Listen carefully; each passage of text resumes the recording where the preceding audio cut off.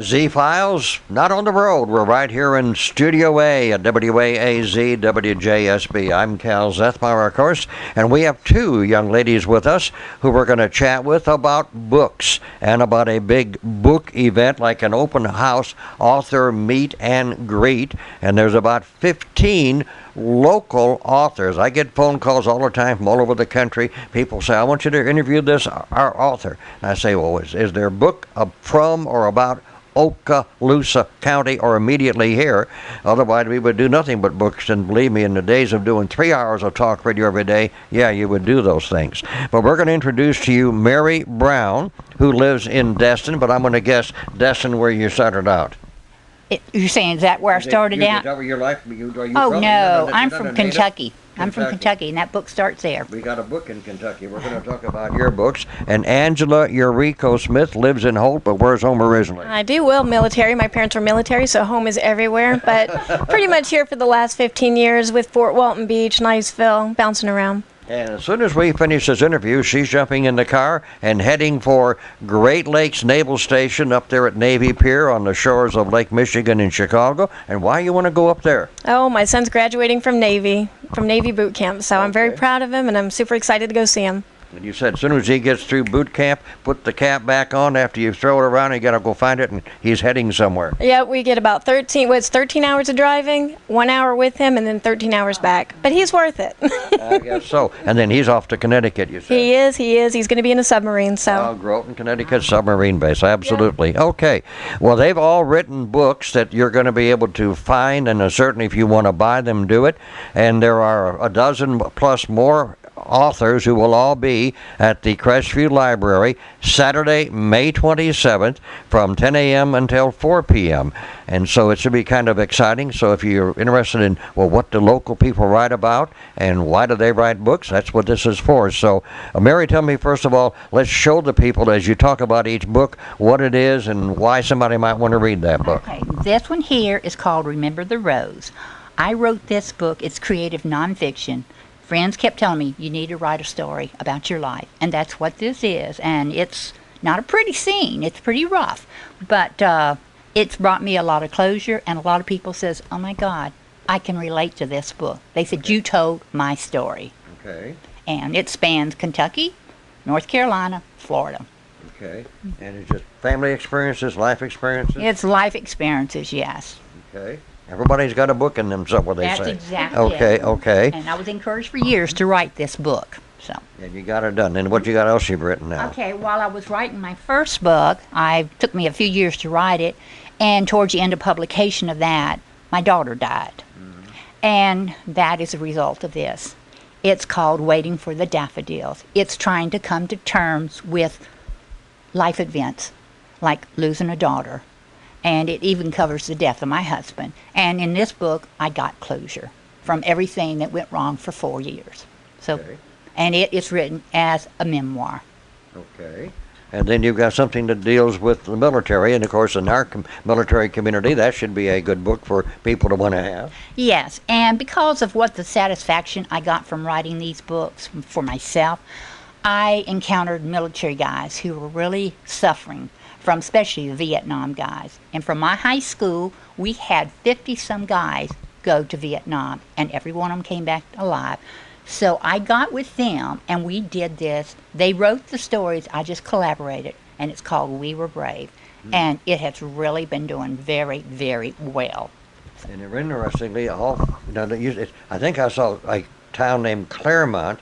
But is that Claremont, Florida, or Claremont somewhere else? That's Claremont, Florida. Florida, okay, no, that is down near Orlando. Right, and this money, every sale from this book goes to a scholarship fund to educate the kids there. Fantastic. Okay, so Angela, what got you into writing? I've always written. It's just kind of one of those natural things that comes out. And I started newspapers. That's where I started for years and years and years. And my first fiction book came from a bet. I was at a writer's conference, and a fiction writer very loudly was boasting about how nonfiction writers can't write fiction. We just can't, because we don't have the creative imagination. And we wound up, I'm a very peaceful person, but it wound up being one of those shouting matches where the pulse is going, and they asked us to leave if we didn't calm down. So I did. And then I went home and I wrote my first book. It was actually end of May. and I'm rewriting it now because I have 15,000 more words that went with it. Now that's M-A-E for May. Okay, so yep. why that's not That's the M-A-Y? character's name. And in the book, she kind of ends, but every ending is a beginning. So she winds up going on to this whole new adventure after she technically ended. And it's a paranormal, supernatural kind of thing. That was kind of the style at the time, so I thought, I've never written fiction, I'll go with that. Later, I kind of did get more into the truth, and that's, my memoir is Escape Clause. And it is, I grew up in haunted houses, and that was a lot of kind of crazy thing, like what do I remember and what do I remember as a child? Like what was real, I don't know. So I just wrote it all in kind of the newspaper style, just the facts, but then I included poetry to have the emotional ability or the emotional element to it. Okay. So that way you have just the facts as I remember them as a child, and then the emotional part. And I'm actually going to go visit one of these houses after we leave here. That's one of the stops on the way to Chicago. Where's that house at? Well, it's actually Sacramento, Kentucky. Okay. So yeah. Going that way. Okay. Yeah, so Kentucky, I'll be there. I'll be thinking about you. Yeah, my hometown in Kentucky. Now, you mentioned the name Yuriko is from your grandmother? That is my grandmother's name. She's Okinawan, and she was born in Hawaii. Or I guess she was actually born in Okinawa, I think, and then came over to Hawaii as a child. But she was ashamed of her name because of all the internment camps and everything, and her name was officially Mary. And when I was kind of entering that teenager thing where you start thinking about children, I told her I was going to name my first baby after her. That's obviously a girl.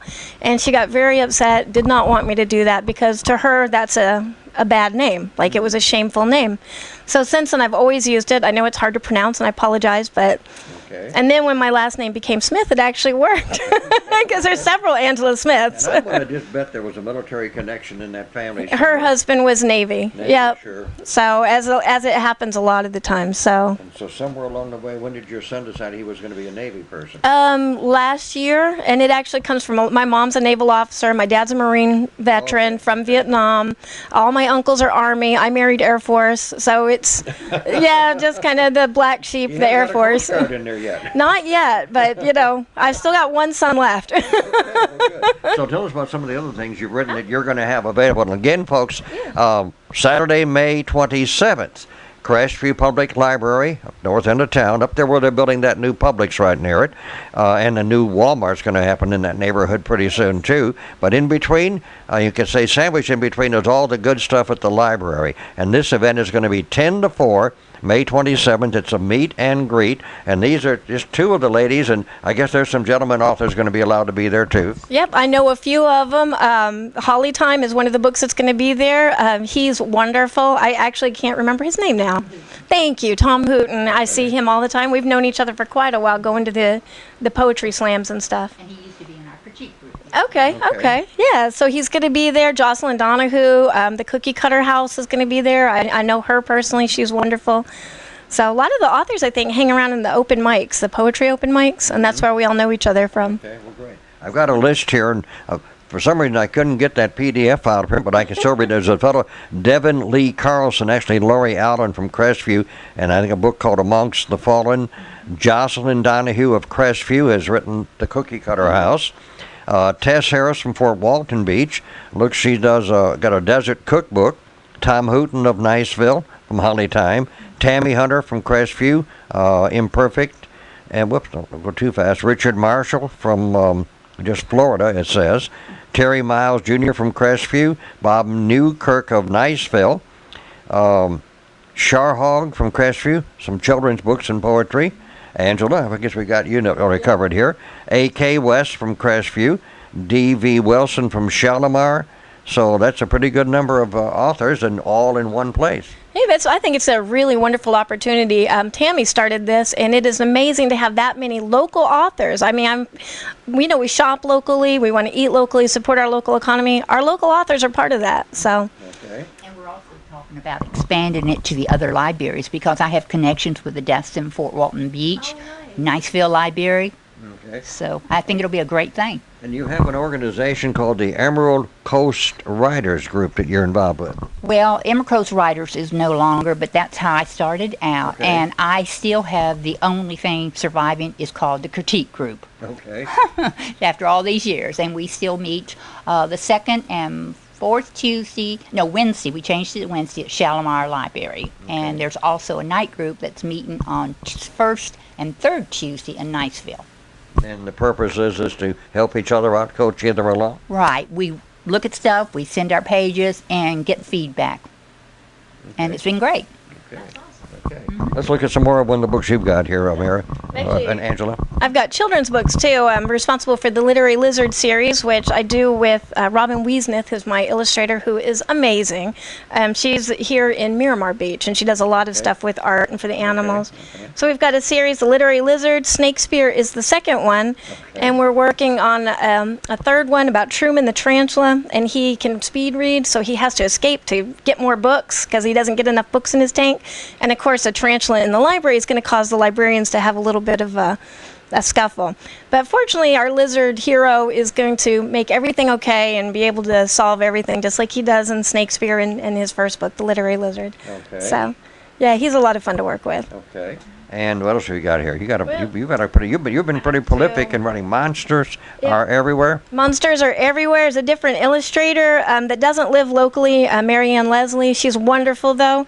And this is a positive book, actually. It started from a conversation with my daughter when she was a little girl, and she was afraid there was a monster under her bed.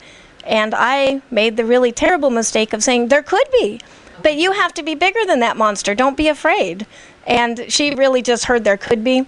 And so this is my answer to that of, there could be monsters, but we have to be bigger than them. We have to be stronger, and we shouldn't be afraid all our lives, because we are the boss of our lives. So that's what that is. Hopefully a positive. Hopefully I don't scare any more children. So I'm already responsible for one. Okay. And then this was my first poetry book, which was the one that kind of inspired me to continue with poetry with Escape Clause. And it's just basically a memoir in poetry. It was all the open mics that I'd visited, and for about 3 years in the local area, I did a book for William Gent, a local author, and who I was like, why is he not on there? But we need to get him in. And I did his book for his 80th birthday, and then I thought, well, it's my birthday. The next week I'll just put my own book together. And I had all this poetry, threw it together, and it was received really, really well. So it's inspired me. I am a poet. Okay. Thanks, Jack of all trades. Yeah. Great. Fine. You got some more still there. I do, and I don't want to take... Well, that's okay. We're okay for time. I've got the little short stories. I started, because you can't sign a short story. Usually you can only put it in an anthology. So I came up with this little, you can just do one short story in a little book so the authors can sign just a short story if that's what they have. And I've got a bunch of these. And then my first short story collection, Mr. Bone Jangles. And at first I was kind of dealing with a lot of the darker topics and YA horror and stuff, so, but I wouldn't recommend this for YA. Okay. Maybe a little too dark. Okay. And then just anthologies. This is Where the Stars Rise. It's an anthology actually coming out in October. This is an advance copy. And all the money from this goes to the Kids Helpline in Canada for kids that maybe don't have anybody to turn to. They can call that line and talk about whatever they want, issues with parents, issues, that they can't share with anybody. So that's it. Well, there's a bunch more, but that's all I have on hand. Okay. Well, again, Saturday, May 27th from 10 to 4 at the Crestview Library, our Bob Sykes Library, some people call it too, is a meet and greet. And these two ladies and a whole group more, we mentioned some of their names a while ago, and I'll try to scroll that across the screen when you see the video of this up on our YouTube and on my Cal Zethmar Facebook channel. So maybe you'd like to be an author, or maybe you say, I need to get started writing stories of my life that I have. So what motivated you, and what does it take to be a writer? Well, actually, it was my Christmas letters. I started writing Christmas letters when I first got married, and that's when everybody kept saying, they knew what was going on in my life. They said, Mary, you need to write a book. But it really started with my dad. When I was going to college, he says, you need to write. And I missed my golden opportunity. I had a job offer at the Ledger in Lakeland, Florida, and my husband took a different job in Tampa, so I kind of walked away from that. So then I was busy raising a family. Okay. Now, I understand that, Angela, you've also done newspaper work in this area. Mm-hmm. Yep, I worked for the Bay Beacon for quite a while, and I did some stringer work for the Daily News. And then I had militarylifestyle.com, which is remote, but I worked for them for a while as a contract writer. So, and then little, various papers that, 1 or 2 articles. But I really enjoy the newspaper. Okay. So how much time do you devote to writing? Right now, as of the 15th of April, all my time. Okay. Yeah, I went full-time writer at that time, and I worked for Cafe Bienville before in Niceville, and I loved it, but it just kind of got to there's just not enough time to do all the writing and have a job. They're wonderful people over there, though, so it was a sad. I'm glad to be a full-time writer, but I really miss them. I still have to go in for my BLT once a week. So what's the next book on your list you're working on, or topics? I've actually got two. It's another poetry book called Altars and Oubliettes about the things that we want to remember and the things that we want to forget. And I'm working on a series of short stories called Bittersweets, but the sweets is S-U-I-T-E-S. It's a hotel that has a rather specialized clientele. And it's one of my big platforms is writing as therapy, because that's what writing is to me. Whenever I have a problem, I usually don't know what I'm thinking until I write it. And then you can kind of role play, you can play things through in a safer way. You know, with this is the worst situation, you can write it out and not actually have the repercussions from that worst situation. So that's what Bittersweets is. It's about people come there with their emotional issues, and it's all safe there. And in this world, you know, if you wound up going too far and say maybe trying to commit suicide, you can be brought back from it. And so it's all about the healing and the therapy that could result in that, should we have that technology. And so, Mary, what's next in your line? Well, I am working on a book that this time somebody wants me to write fiction. Yeah. And they said they want me to write another flower story. I mean, another book with flowers. So I've been playing around with it, and I just had chapter 4 was reviewed by the critique group, and they said they laughed their heads off because I wrote about joining the dating site, and I wrote about some of these dates, and it was a hoot. Oh, I can imagine. So, I mean, yeah, don't recommend it. Okay. Well, great. Well, now, these ladies will be interesting for you to talk to in person, along with all the other folks who are going to be at the Crestview Library, Saturday, May 27th, from 10 to 4, a meet and greet. You'll be artists, I call them artists, writers, and you can, if you want to take home a book, they're glad to have you do that, buy it, of course, and they'll be glad to give you a signed book. And all of us have books in our collections. I have some that go way back, a long time in my lifetime, too. I had a grandmother who taught American literature when I was a little boy, yeah. We'll talk about that offline here. And I've got to write a book, too, someday. I know, folks. From the news stories I've covered and the things that have happened, certainly got to look in that direction. But anyway, Mary M.C. Brown and Angela Yuriko Smith, we thank you both for being with us. Thank you so much for having us on the show, and I look forward to Saturday and seeing everybody. Well, great. And thank you. We really enjoyed this. This was a pleasure, and nice getting to know Angela and you. Okay, well, good. And that's this edition of the Z-Files on WAAZ and WJSB.